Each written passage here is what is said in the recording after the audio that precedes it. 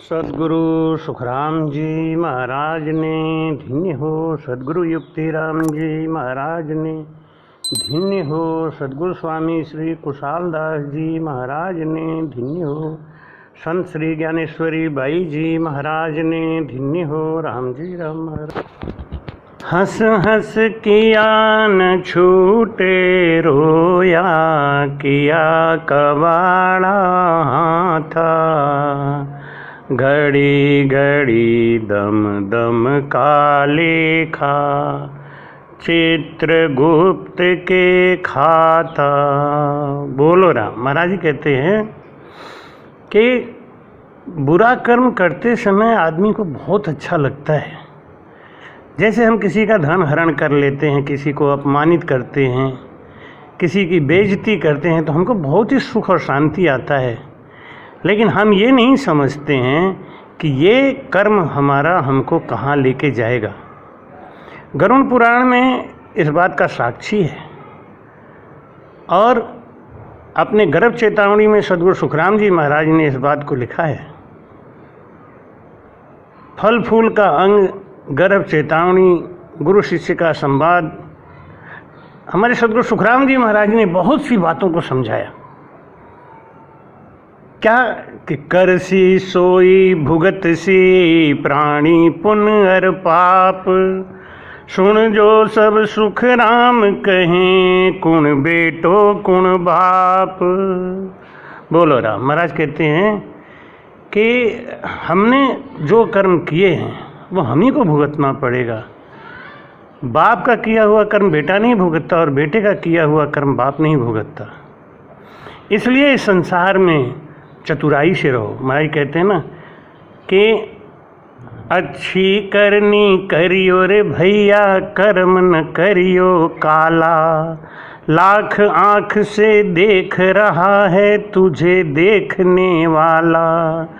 अच्छी खेती करो चतुर नर, समय गुजरता जाता रे, मेरे साहिब के दरबार में सब लोगों का खाता। जो कोई जैसा कर्म करेगा वैसा ही फल पाता, मेरे मालिक के दरबार में सब लोगों का खाता। बोलो राम। भाई कहते हैं कि शुभ शुभ कर्म करना चाहिए। क्यों कि धीरे धीरे ये जीव जो नर्तन पाया है इसका सही प्रयोग कर ले तो उसके लिए इसका सही प्रयोग क्या है? इसका सही प्रयोग है ये मोक्ष को चला जाए, इसका आवागमन मुक्त हो जाए, ये कभी भी वापस गर्भ में नहीं आए। ये नर्तन का विशेष पाने का फल है। लेकिन ये जीव 84 में जाता है, किन कारणों से जाता है मालूम है? केवल मनुष्य तन में आके जो कर्म करता है उसके फल की वजह से। ये नर्तन कितना महान है, विचार करिए। इस नर्तन को जब दिया परमात्मा ने तो उसको अपना मान के उस पर करुणा करके दिया। और ये नर्तन में आके जीव चाहे पुण्य करे या पाप करे, इसको सम्मान से बुलाते हैं परमात्मा। इस जीव को लेने के लिए या तो यमपुरी से यमदूत आते हैं, या धर्मदूत आते हैं, या विष्णु के दूत आते हैं। इतने इज्जत से इसको लेके जाते हैं। जो इस संसार में आके बुरे बुरे कर्म करता है उसके लिए यम के दूत आते हैं। अच्छा कर्म करता है वो धर्मपुरी में जाता है, और शुभ कर्म किया तो परमात्मा के दरबार में जाता है, विष्णु के दरबार में जाता है। विष्णु उनको लेने के लिए आते हैं, विष्णु के दूत उनको लेने के लिए आते हैं। भाई कहते हैं लेकिन जो भजन करता है वो आनंद ब्रह्म में जाके मिल जाता है, वो पाप और पुण्य से ऊपर उठ जाता है। वो पाप और पुण्य के बंधन में नहीं बंधता। उसको सद्गुरु मिलते हैं, ज्ञान बताते हैं। लेकिन ये भी अपने पिछले जन्म का कर्मों का प्रभाव है। इस जन्म में कोई क्या बना है ये उसके पिछले जन्म का पुण्य या पाप का प्रभाव है। पिछले जन्म के कर्म और पाप का प्रभाव उस जीव को उस योनि में ले जाता है। तो भाई कहते हैं कई जन्म शुभ कर्म करे तब उपजे भक्ति अंकुर, ता पीछे कई जन्म लग भजन करे भरपूर, भजन करे भरपूर ज्ञान तब घट में होई, कई जन्म गहे ज्ञान तब है अणभे कहे कोई। सहज नहीं है, पहले शुभ कर्म करें, फिर धीरे धीरे धीरे धीरे कई जन्म शुभ कर्म करें, तब उपजे भक्ति अंकुर, तब भक्ति का अंकुर पैदा होता है। लेकिन जो इस मनुष्य तन में आके कर्म करता है और बुरा कर्म करता है, तो एक बात बताओ, उसको कौन सी योनि में अपने जीव के कल्याण करने का मौका मिलेगा? क्या हाथी बनने के बाद, कुत्ता बनने के बाद, घोड़ा बनने के बाद, पशु पक्षी बनने के बाद वो भजन कर सकता है क्या? वो सत्संग कर सकता है क्या? नहीं। सब कुछ तो एक जैसा होगा, लेकिन उसको मोक्ष जाने का अधिकार नहीं होगा, सत्संग सुनने का अधिकार नहीं होगा, संतों की वाणी सुनने का अधिकार नहीं होगा। आज हम आपके समक्ष गरुड़ पुराण का वो साक्ष्य लेके आए हैं, जिसमें इस मानव को चेतावनी दी गई है कि अच्छे अच्छे कर्म करो, नहीं तो ऐसा हो सकता है। ये जीव अपने ही कर्मों के द्वारा प्रारब्ध बनाता है। जैसे ब्रह्म हत्या करने वाला अगले जन्म में टीबी का रोगी हमेशा बना रहेगा, क्षय रोगी होता है। गो हत्या करने वाला कुबड़ा होता है, मूर्ख होता है। कन्या की हत्या करने वाला या कन्या का धन हरण करने वाला कोढ़ी होता है, चंडाल होता है। जो स्त्री गर्भपात कराती है अगले जन्म में बांझ रहती है, और जो गर्भपात करता है वो भिल्ल रोगी बनता है। अयोग्य गमन करने वाला नपुंसक बनता है। दूसरों को बांटकर न देने वाला कंठमाल का रोगी बनता है। श्राद्ध में अशुद्ध अन्न का दान देने वाला सफ़ेद कुष्ठी बनता है। अभिमान से गुरु का अपमान करने वाला अगले जन्म में उसको मिर्गी का रोग आता है, उसको मिर्गी पकड़े रहेगा। कितना भी इलाज कराए वो ठीक नहीं हो सकता। वेद शास्त्र की निंदा करने वाला हमेशा पीलिया रोग से ग्रसित रहेगा। झूठी गवाही देने वाला गूंगा बनता है। भोजन कराते समय पंक्ति में भेद करने वाला, यानी कि इनको हमने कोई रबड़ी परस दी और उनको हमने मिठाई भी नहीं दी, इनको हमने कचौड़ी परस दी, उनको हमने पूरी नहीं दी, पंक्ति भेद करने वाला काना होता है।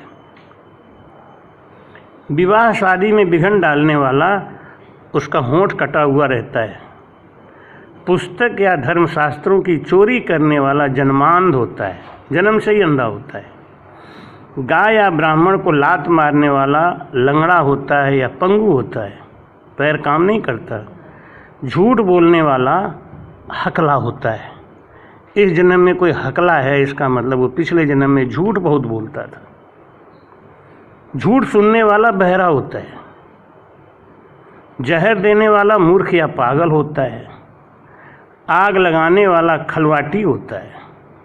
मांस बेचने वाले का दुर्भाग्य कभी सही नहीं हो, उसको दुर्भाग्यशाली होना पड़ता है, उसका भाग्य सही नहीं होता।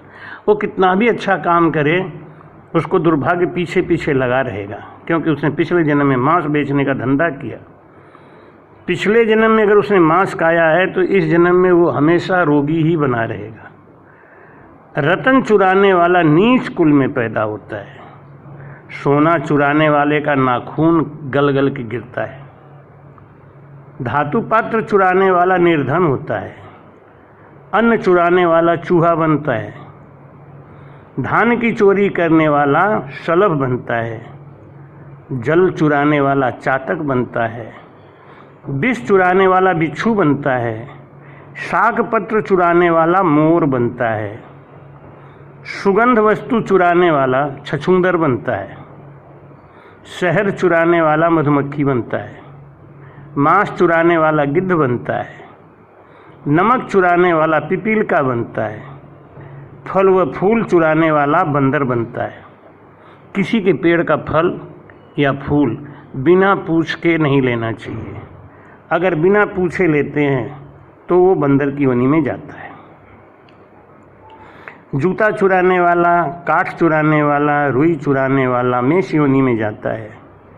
जीव हिंसा करके जीवन चलाने वाला, धन आदि को जबरन हरण करने वाला कसाई बनता है। रास्ते में कोई जा रहा है, उसका जहर खिला के या उसको नशा दे के उसका जब हरण कर लिया धन, वो अगले जन्म में कसाई बनेगा। जहर पान करके आत्महत्या करने वाला सर्प बनता है। महाराज कहते हैं आत्मघाती महापापी। आत्महत्या से बड़ा कोई पाप नहीं होता।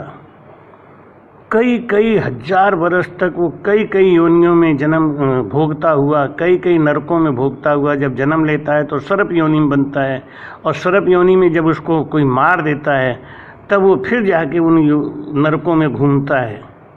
इसलिए जहर पान करके या किसी भी तरीके से आत्महत्या करने वाला वो कभी भी अच्छी कुल योनि में जा ही नहीं सकता।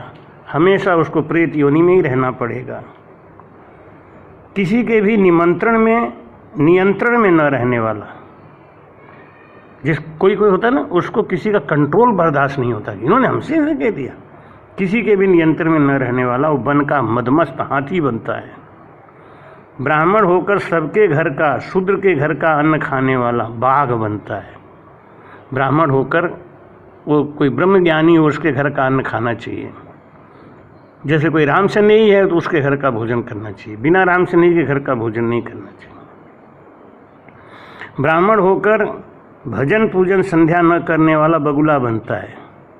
दक्षिणा के लोभ में अयोग्य से यज्ञ कराने वाला शूकर बनता है। निमंत्रण दिए बिना भोजन करने वाला कौआ बनता है।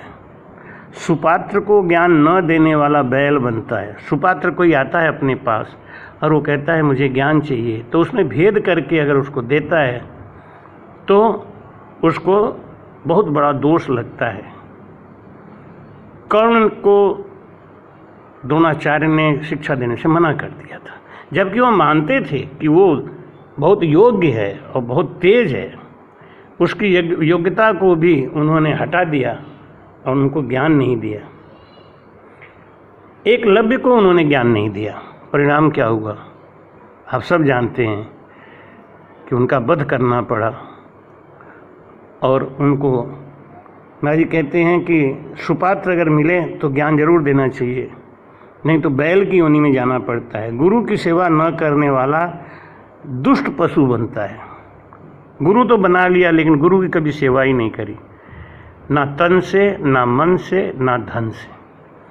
तन से सेवा नहीं कर सकते हैं तो धन से सेवा कर सकते हैं। धन से सेवा नहीं कर सकते हैं, नहीं है अपने पास, गरीब हैं, तो मन से सेवा करें। वो अगर गुरु की सेवा नहीं करता है तो दुष्ट पशु बनता है। गुरु से हुंकारा तुंकारा करे, वाद विवाद करे, वो ब्रह्म राक्षस बनता है।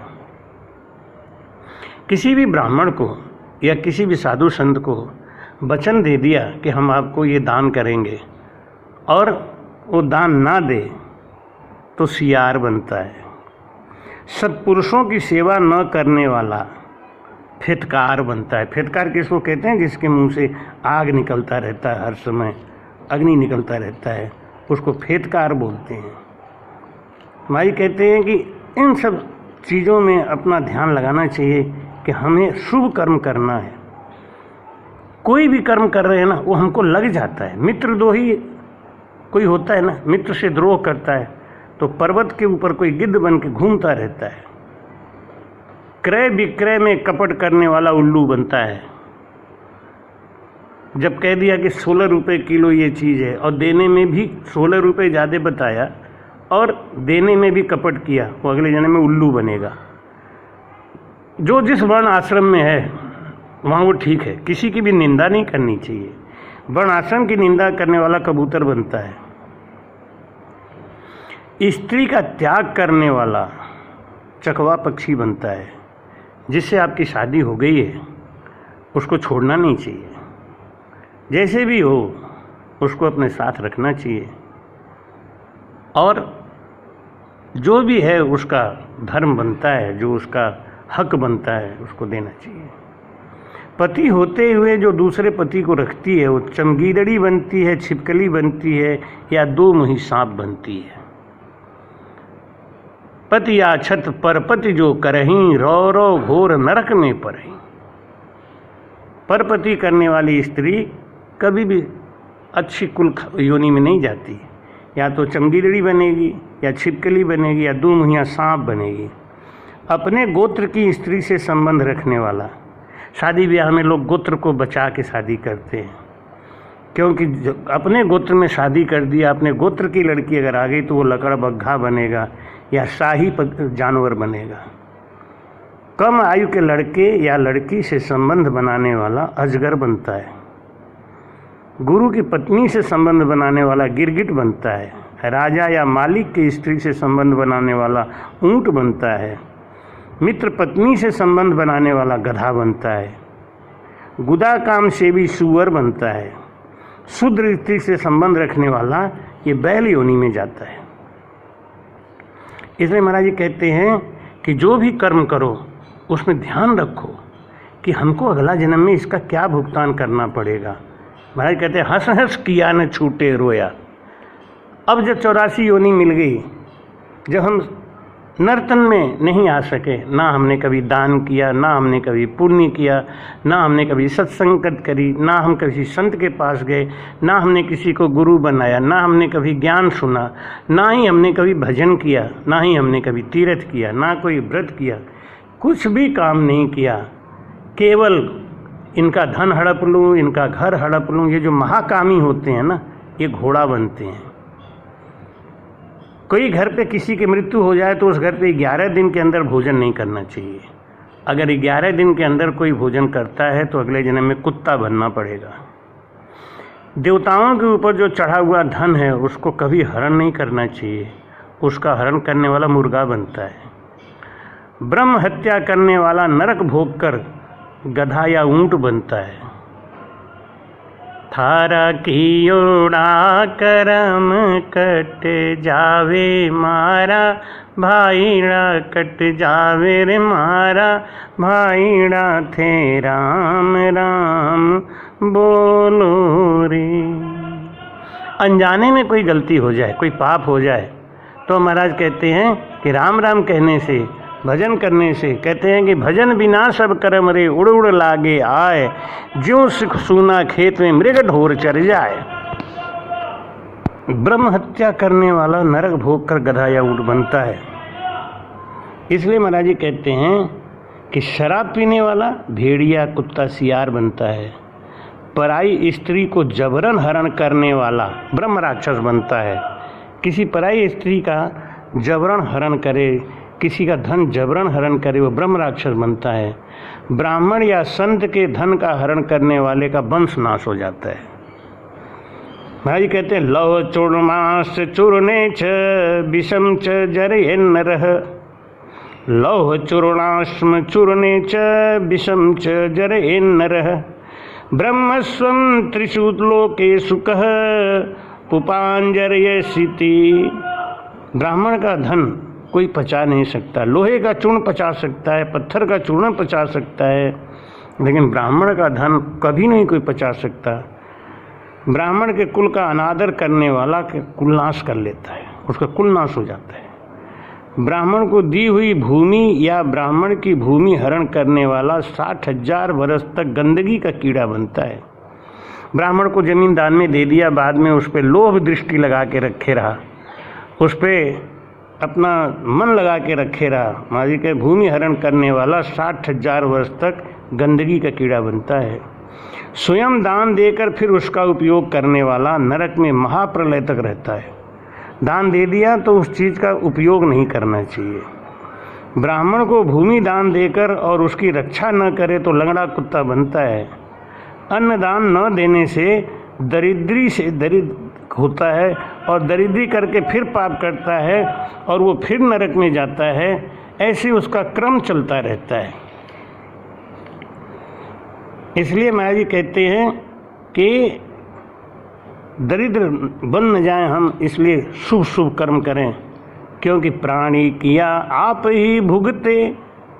महाराज कहते हैं देना है ना तो अन्न। महाराज कहते हैं कि दीजे तो अन्न दान कुरे और लीजे तो हरि नाम, दीजे तो दान कुरे लीजे तो हरिना,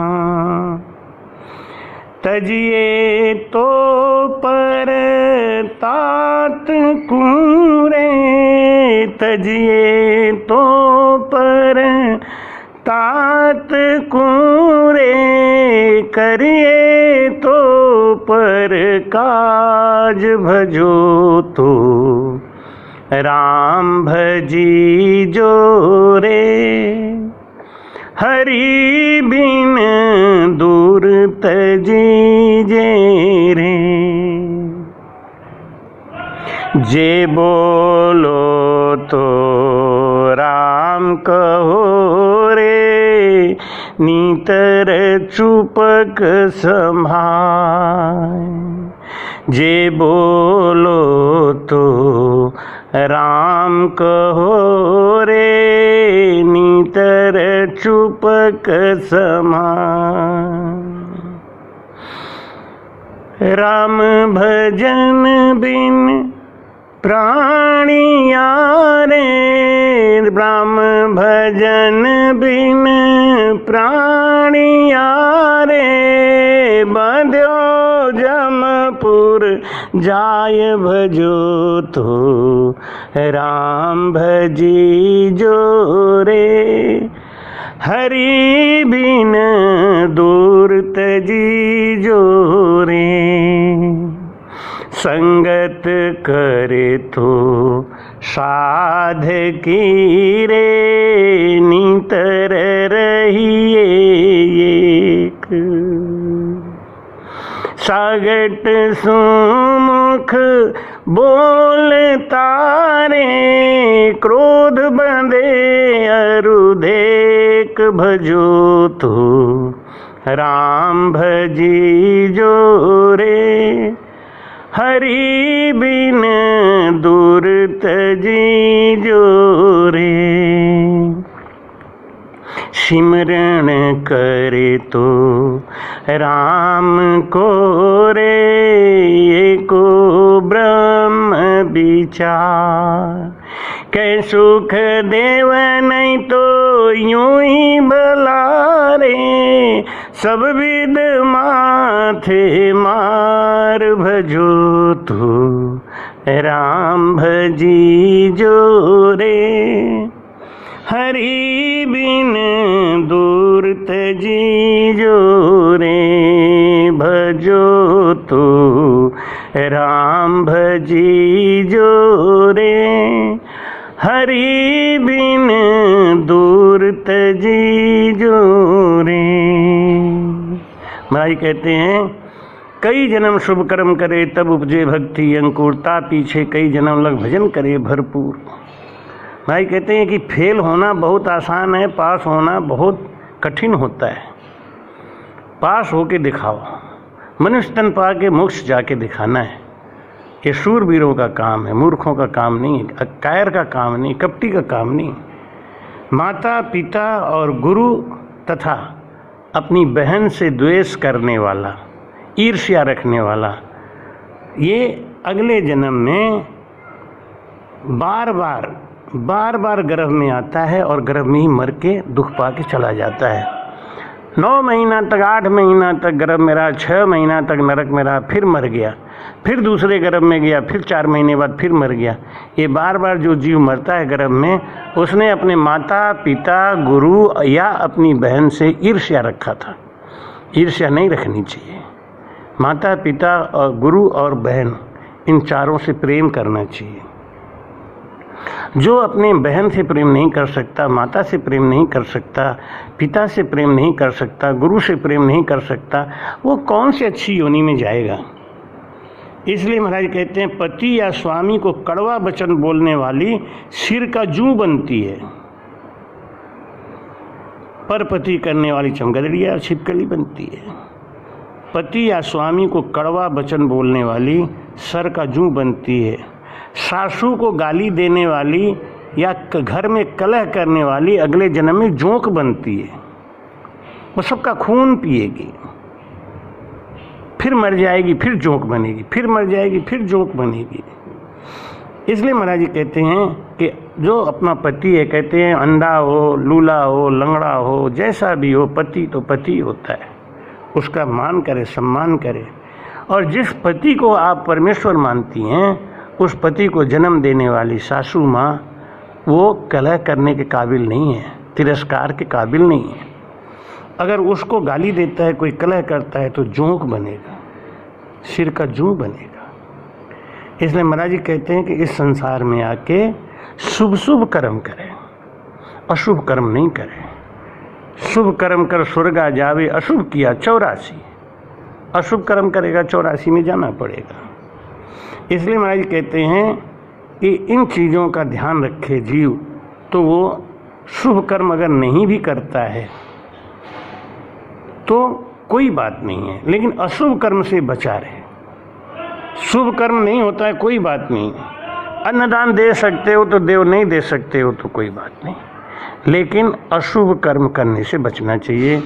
जो अशुभ कर्म से बचता है वो ज्ञानी है, बड़भागी है। सदगुरु सुखराम जी महाराज समझते हैं कि नरक में जाने वाले जो जीव हैं उनका कर्म क्या है।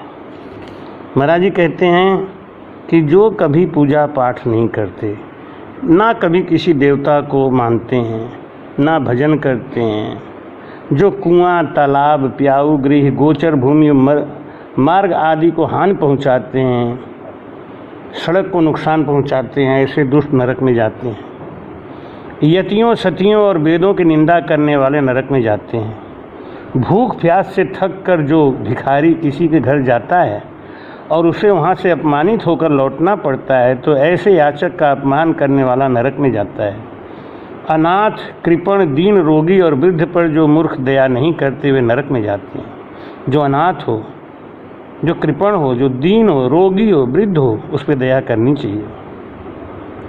दूसरों के माल को हड़पने वाला, दूसरों के गुणों में दोष देखने वाला, दोष है तो दोष की बात करो, लेकिन गुण है तो उसको दोष में मत देखो, और दूसरों से ईर्ष्या करने वाला नरक में जाता है।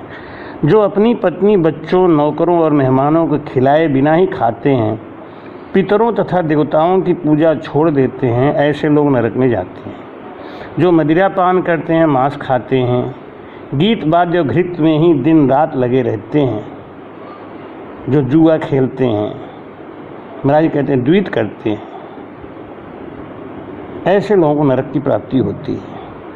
आत्महत्या करने वाला, स्त्री की हत्या करने वाला, गर्भ हत्या करने वाला, ब्रह्म हत्या करने वाला, झूठी गवाही देने वाला, कन्या को बेचने वाला, झूठ बोलने वाला, ब्राह्मण होकर मदिरा पान और मांस खाने वाला, ब्राह्मण की जीविका को नष्ट करने वाला, गौ घातक और दूसरे की संपत्ति का हरण करने वाला, ये सब नरक के पात्र हैं। इसलिए इन बुराइयों से बचना चाहिए। और स्वर्ग में जाने वाला कैसा होता है? उसके अंदर सत्यता होती है, तप होता है, क्षमा होता है, दान होता है, वेद शास्त्रों का अध्ययन करता है, धर्म का अनुष्ठान करता है, ये सब स्वर्ग में जाते हैं। कुआं बनवाता है, बावली, तालाब, प्याऊ, आश्रम, देव मंदिर बनवाता है, या वहाँ बनने में उनकी सहायता करता है, मदद करता है, वो स्वर्ग में जाता है। होम, जप, स्नान और देवताओं के पूजन में जो सदैव लगे रहते हैं, ऐसे लोग स्वर्ग में जाते हैं। जो लोग अपने दुश्मनों में भी दोष नहीं देखते, कहते ना कि मीठी बोली निव चलन पर अवगुण ढक लेन, पांचों चंगा नान का हरि भजन हथ देन। ये 5 गुण होना चाहिए। मीठी बोली होनी चाहिए, विनम्रता होनी चाहिए, दूसरों के अवगुण को ढक लेने वाला, उनको उजागर नहीं करे, और कुछ दान करता रहे और भजन करता रहे।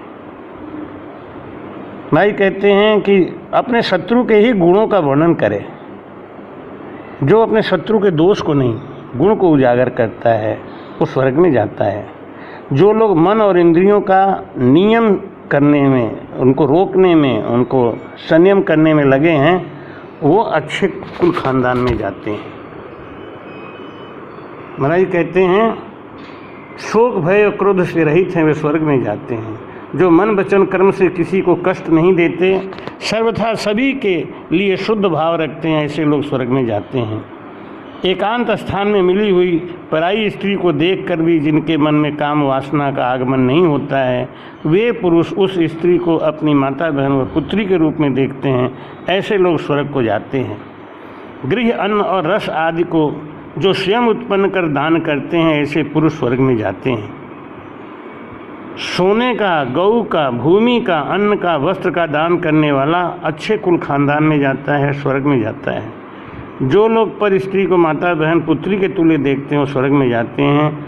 जो पर धन में कभी ममत्व नहीं रखते, परदारा का त्याग करते हैं, धर्म के प्राप्त धन का उपयोग कर जीविका चलाते हैं, वो स्वर्ग को ही प्राप्त करते हैं।